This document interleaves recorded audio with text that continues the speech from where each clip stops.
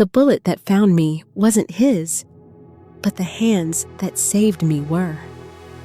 I was an FBI agent, and my savior was the very monster who was about to burn Chicago down for touching me. Chicago's wind has a personal vendetta. It clawed at my hair, whipping strands across my face as I crouched behind a rusted-out sedan. The job wasn't just my life. It was my life. Special Agent Nia James. It had a nice, strong ring to it. But it was a lonely sound. My apartment was sterile, my social life was a joke, and my only real relationship was with the 9mm holstered at my hip. The only thing that made my blood sing was the hunt. And in this city, all shadows eventually led back to one man, Blake the Phantom Romano. I'd never seen him. No one had, not really. He was a whisper in the dark. A phantom who ran the city's underworld with the precision of a surgeon and the ruthlessness of a god. He was my obsession, the white whale of the Chicago field office. I studied his non-existent patterns, the power vacuums he left, the scent of expensive cigar smoke and ozone that lingered where he'd supposedly been. In my quietest moments, I'd look at the single, blurry photo we had, all broad shoulders and darkness, and feel an unwelcome shiver. Not of fear, of anticipation. Tonight wasn't about him, though. It was a simple buy-bust gone sideways. A rival crew was getting sloppy, drawing too much heat, and we were moving in to clean it up. The air crackled with tension, the smell of gunpowder and lake water. My pulse was a steady drum against my ribs. Professional, focused. I was checking a blind spot, my world narrowed to the crosshairs of the mission, when the night exploded. It wasn't our op. It was an ambush, a third party. The chaos of a true Chicago crossfire erupted, and a stray bullet, one never meant for me, found its mark. Searing, white-hot pain tore through my abdomen.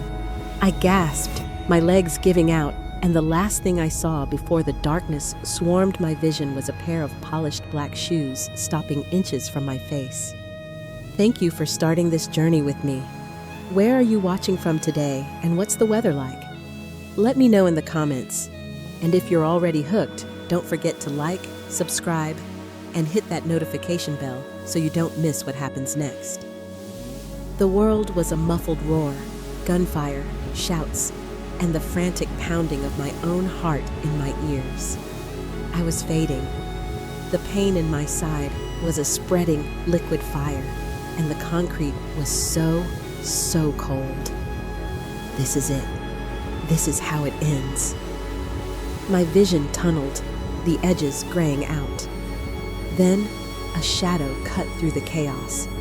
The polished black shoes I'd seen were attached to a figure that moved with an impossible liquid grace. He didn't run. He flowed through the active firefight as if the bullets wouldn't dare touch him. He dropped to one knee beside me.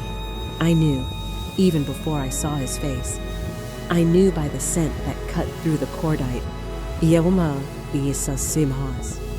And its intoxicating, expensive mix of cologne, cigar smoke, and that sharp, electric smell of ozone. Blake the Phantom. Romano. His face was the one from my blurry photos, but alive. It was devastating. All harsh angles, a jaw that could cut glass, and eyes. His eyes were the color of a winter storm, and they were blazing with something I couldn't name. It wasn't pity. It was fury. No! I tried to say, but it came out as a wet gasp. My hand, fumbling, tried to push him away. The enemy. Quiet, agente, he rumbled. His voice vibrated through my chest. He ripped off his own, impossibly expensive-looking tie and pressed the silk against my wound. I cried out, the pain flaring. His touch was firm, impersonal, yet a tremor of something, some alien energy shot up my arm. Then his hands were on me, one sliding under my back, the other beneath my knees. He lifted me as if I weighed nothing. I was an FBI agent being cradled against the chest of the most dangerous man in Chicago. My head fell against his shoulder, my cheek pressed against the fine wool of his suit. He was so warm. His heart hammered against my ear, a rhythm as fast and frantic as my own. I should have been fighting, screaming, arresting him, but I was dying, and this man, my white whale, my obsession, was carrying me into the darkness. His body, a solid, immovable shield against the bullets that were still flying. My last conscious thought was that his scent was the most addicting thing I'd ever known. I woke up in pieces. My first sensation was pain, a dull, throbbing inferno in my side. My second was softness. I wasn't on concrete. I was on sheets so fine they felt like cool water against my feverish skin. My eyes snapped open, but the room was dark, lit only by the distant, angry glow of the Chicago skyline through a floor-to-ceiling window. This wasn't a hospital.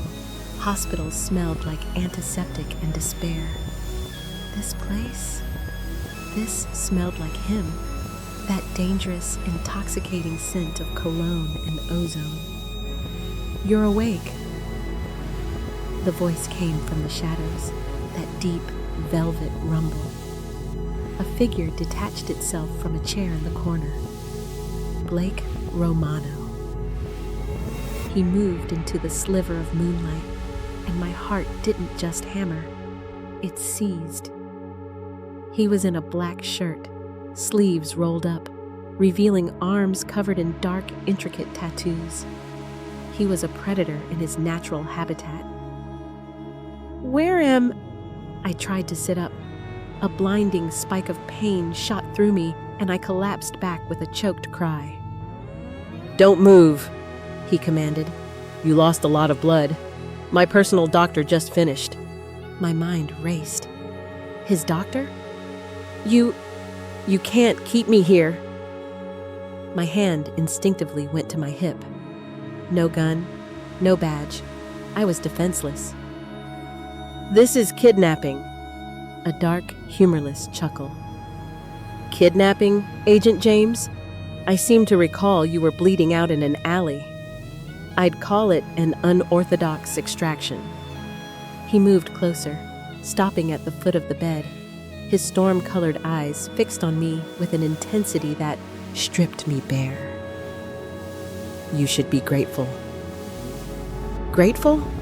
I spat, the words raw. "You're Blake Romano. I'm the FBI. We're not friends." His gaze hardened, a glacier freezing over. "Believe me, we are not friends. You are a problem. You are my enemy, bleeding in my bed. My instincts told me to leave you." "Then why didn't you?" The question was a whisper, but it hung in the vast, silent room. He was silent for a long moment, his eyes tracing the line of my shoulder, the bandage at my side.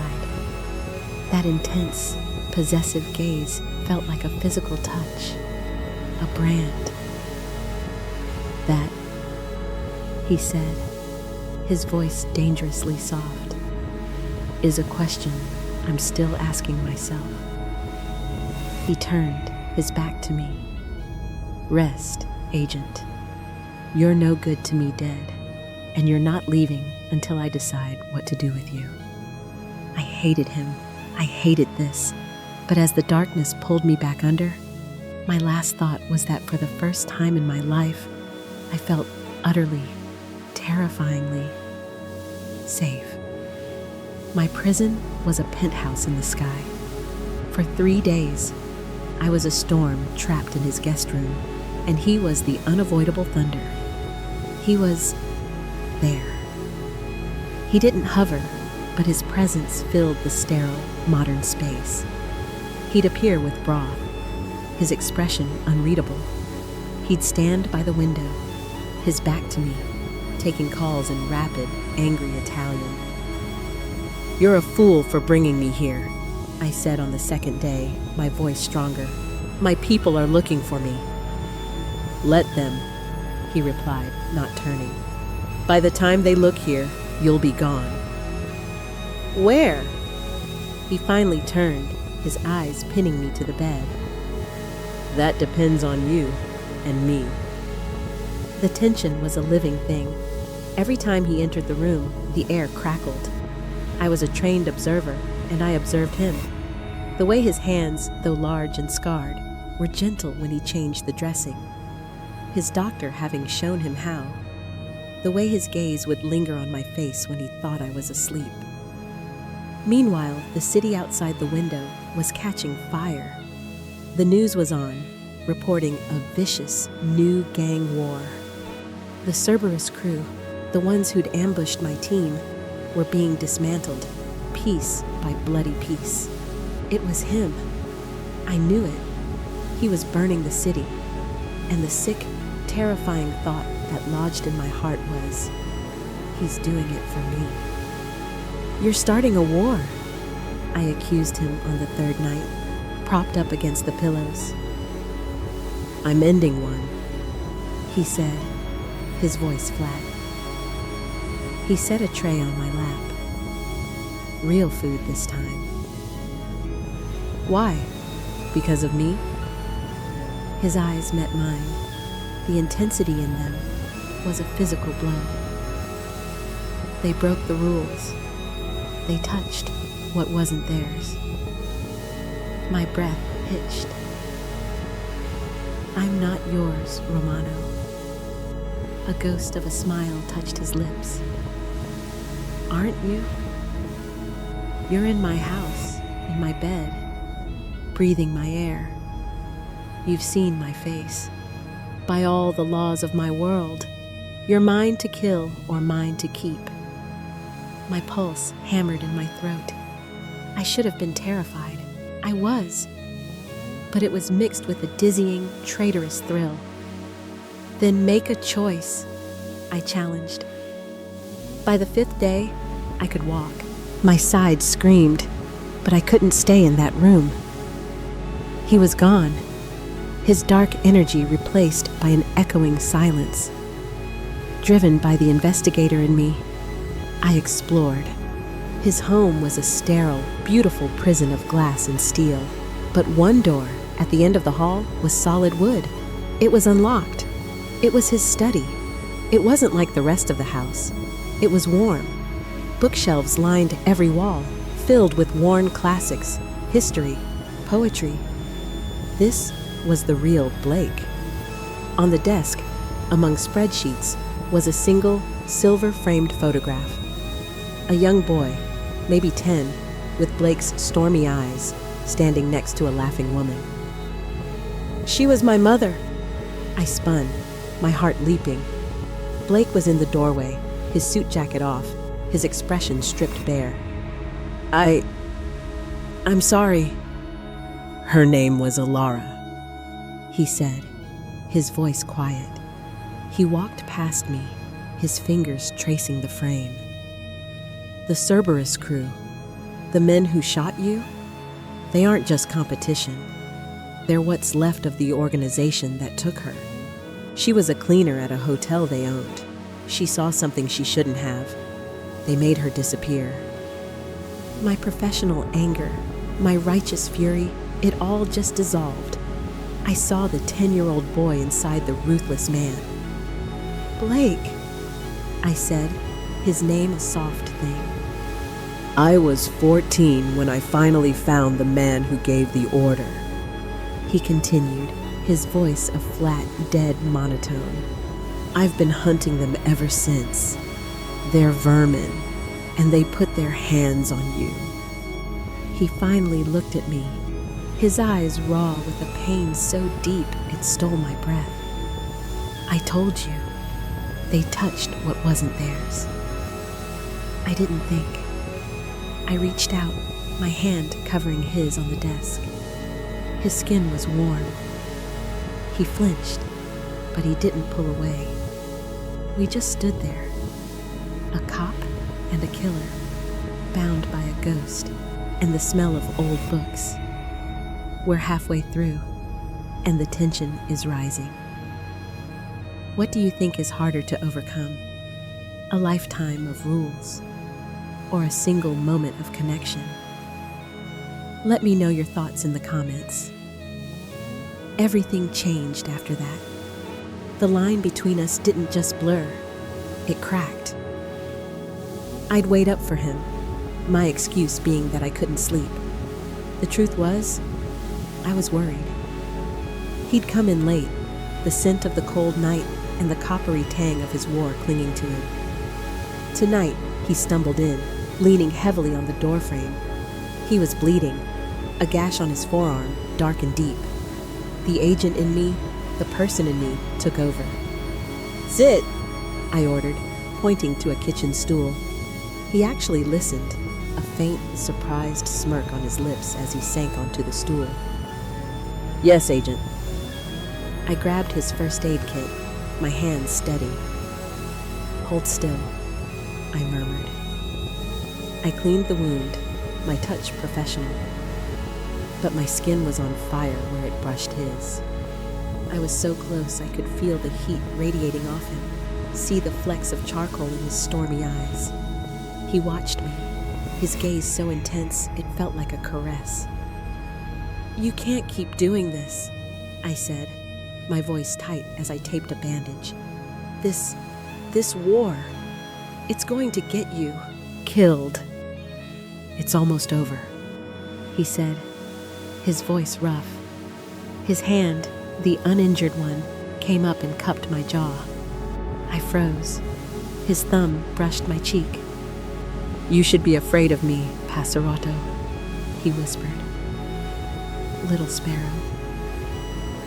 "I am," I whispered back, my eyes locked on his.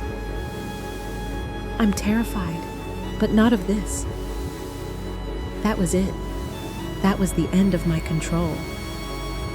His gaze dropped to my mouth. "Nia." He closed the distance. The kiss wasn't gentle. It was a collision. It was months of my secret obsession, a week of agonizing proximity, a lifetime of his darkness crashing into my light. It was desperate and hungry and broke every rule I'd ever lived by. I should have pulled away. I should have slapped him. Instead, my hands came up, one to his shoulder, the other tangling in his hair, and I kissed him back. I met his desperation with my own, a silent, fiery confession. In that moment, I wasn't an agent. He wasn't a boss. We were just Blake and Nia, and we were drowning. The kiss shattered me. The next morning, I woke up in my guest bed, but the world was different. My skin hummed. Blake was gone, but he'd left coffee. A simple gesture that felt more intimate than the kiss. I was lost. I was an agent in love with the enemy. Then I saw it. Next to the coffee, my service weapon, my badge, and my phone. My blood ran cold. He was setting me free. Or was this a test? My hands shook as I powered on the phone. A flood of messages from my partner, my director. "Nia, where are you?" Then a new email from an unknown address. Subject, the truth. I opened it. It was a zip file full of photos of me getting coffee, me at my desk, me jogging. They went back 6 months. This wasn't a chance rescue. He'd been watching me, stalking me. Every moment of my life, he'd been in the shadows. The intimacy of the kiss, The vulnerability in his study, the coffee, it all curdled into something sick and calculated.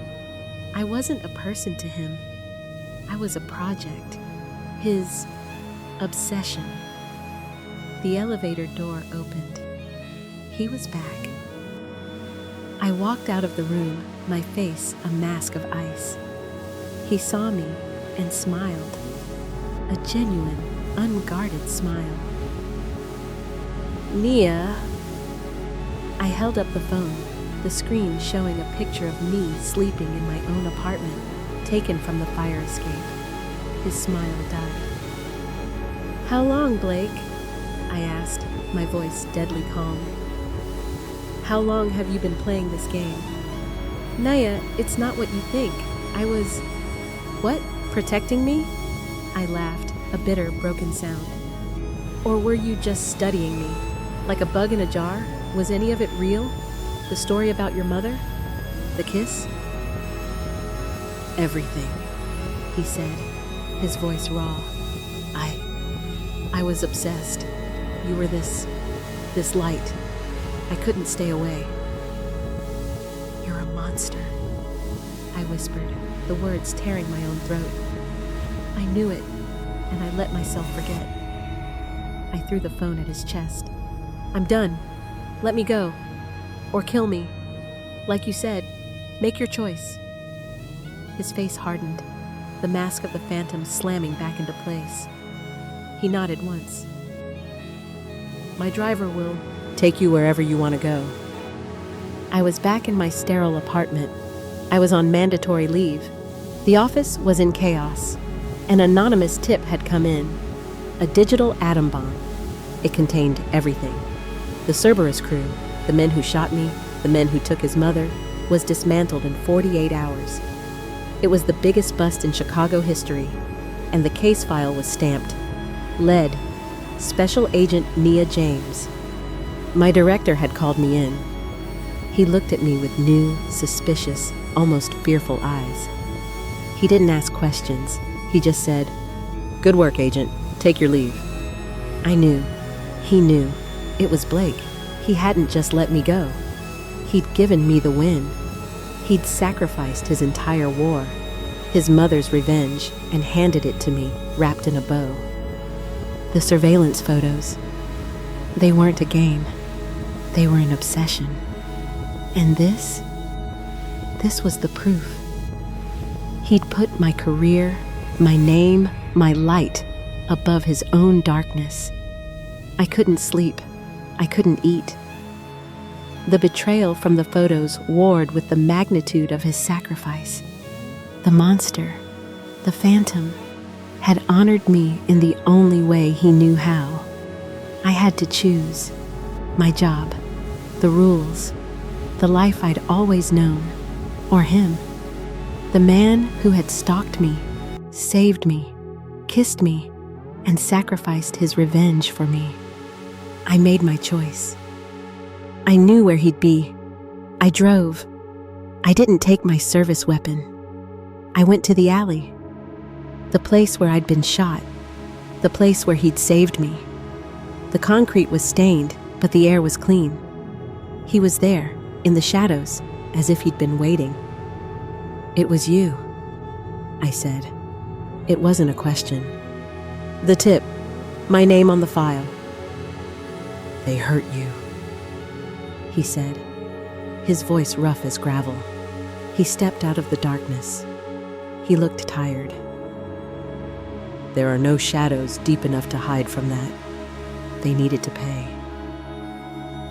"You burned the city for me," I whispered, the words catching in my throat. "I'd burn the world for you," he said, his voice raw. He stopped a few feet from me. "You were right. I am a monster, Nia. I live in the dark. I break things. I broke us." "Why did you do it, Blake? Why give me the win? You could have destroyed them yourself." "Because you deserve to win," he said. "You deserve the light. I I needed you to know that none of it was a game. Not you. I looked at him, the man I was sworn to arrest, the man who had stalked me, the man who had kissed me like I was his only heir, the man who had sacrificed his entire life's mission for me. What now?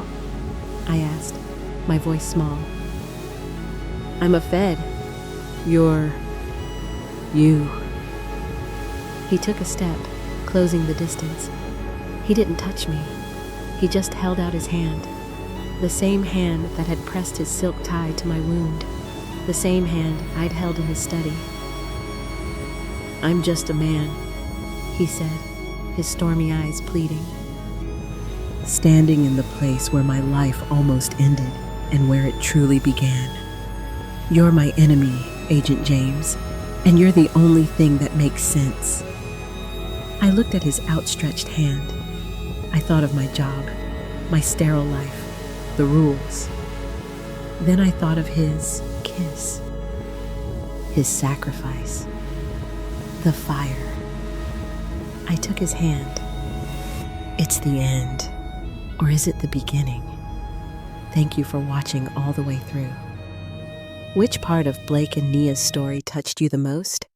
Was it the rescue, the kiss, or his final choice? Let me know in the comments below. Your support makes these stories possible, so please like and subscribe for more.